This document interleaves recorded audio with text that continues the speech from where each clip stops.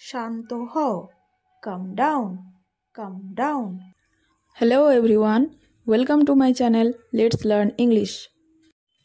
Today I am going to tell you about 20 such sentences what we say in our daily life.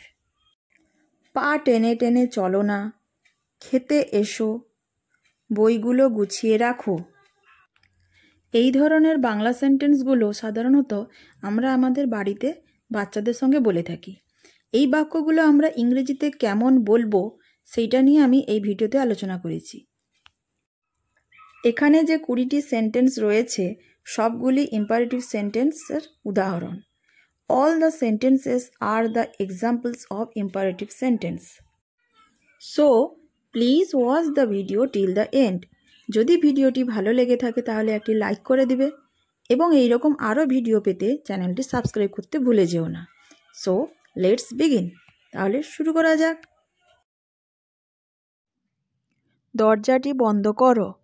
Shut the door, shut the door. দরজাটি খোলো। Open the door, open the door. দুষ্টুমি করো না। Don't be নটি, don't be নটি। খেতে এসো। কাম ইট, কাম ইট। পড়তে বসো। Sit down to read, seat down to read. এদিক ওদিক ছোটাছুটি করো না। Don't run around, don't run around. পা টেনে টেনে চলো না। Don't drag your feet, don't drag your feet. চলো একসঙ্গে ছবি আঁকি। Let's draw together, let's draw together. চলো একসঙ্গে খেলা করি। Let's play together, let's play together. শান্ত হও। Calm down, calm down. চিৎকার করো না। Don't shout, don't shout. ঘুমোতে যাও। Go to sleep, go to sleep. খেতে বসো। Sit down to eat, sit down to eat. ঘুম থেকে ওঠো। Wake up, wake up. বিছানা থেকে উঠে এসো।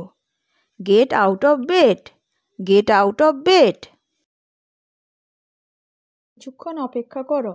Wait for some time, wait for some time.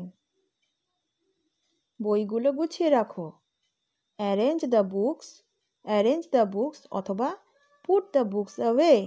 বইগুলো ব্যাগে রাখো। Put the books into the bag, put the books into the bag.